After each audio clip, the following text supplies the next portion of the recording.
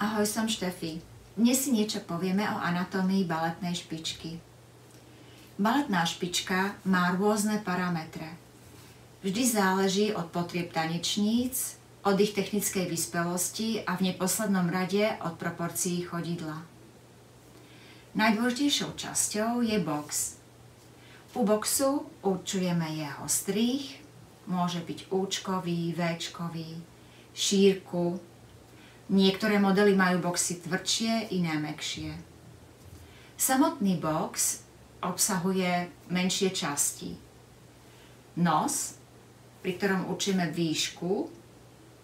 Nosy sú buď vysoké, stredne vysoké, nízke. Potom je to platforma. Je to miesto, ktoré podporuje stabilitu tanečnice, keď stojí na pointe.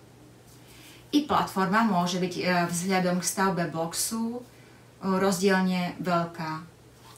Buď je menšia, okrúhla, podlhovastejšia, alebo môže byť široká.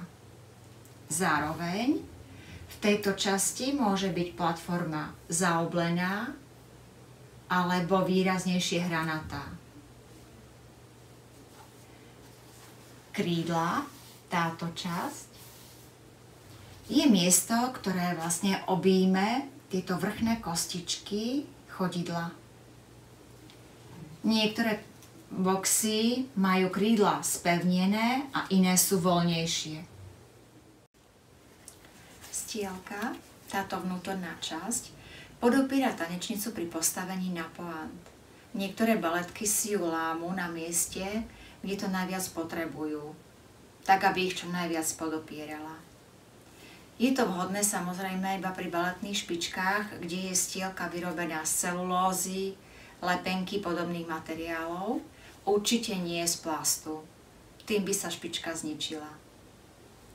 Vonkajšia strana, podošva, môže byť buď to celá, môže byť delená, prípadne môže byť trojštvrťová, polovičná, môže byť vyrobená z kože, to sú tie kvalitnejšie baletné špičky, alebo tie lacnejšie modely majú vyrobenú podošvu z papiera.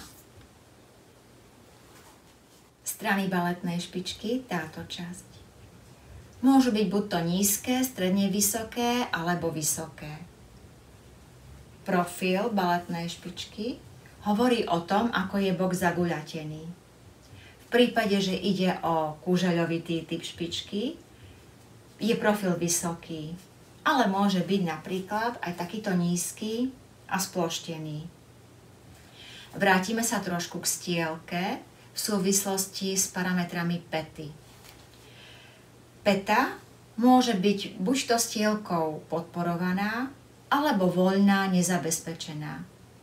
Čo sa týka strihu baletnej špičky, máme špičky, ktoré majú pätu v jednej línii, to znamená strih je takýto rovný, ale niektoré modely ju majú vyvýšenú.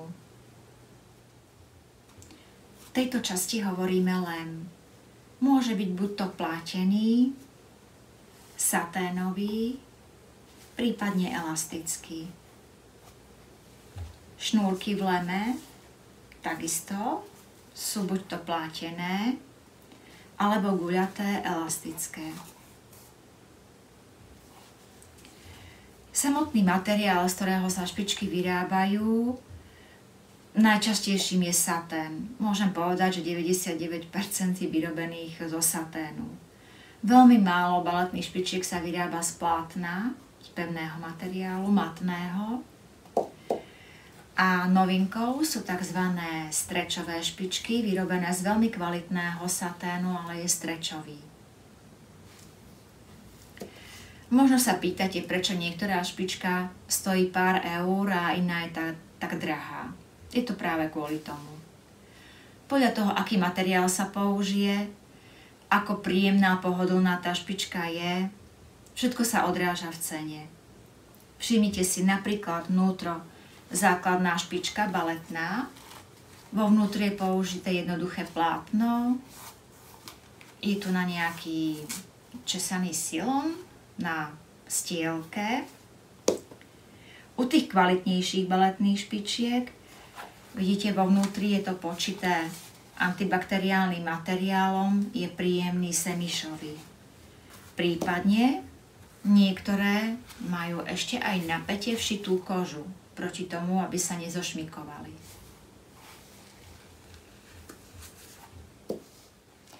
Dnes sme si povedali len tie základné informácie ohľadom anatómie baletnej špičky. Na našej webovej stránke sme sa snažili rozdeliť jednotlivé modely, tak aby ste sa v tom vedeli aspoň trošku zorientovať. Pokiaľ by ste potrebovali akékoľvek ďalšie bližšie informácie, kľudne nám zavolajte, napíšte alebo príďte k nám tu na dopredajne v Košiciach. V ďalších pokračovaniach videí, ktoré sa chystáme pripraviť, budeme podrobnejšie rozoberať túto problematiku. Ahoj!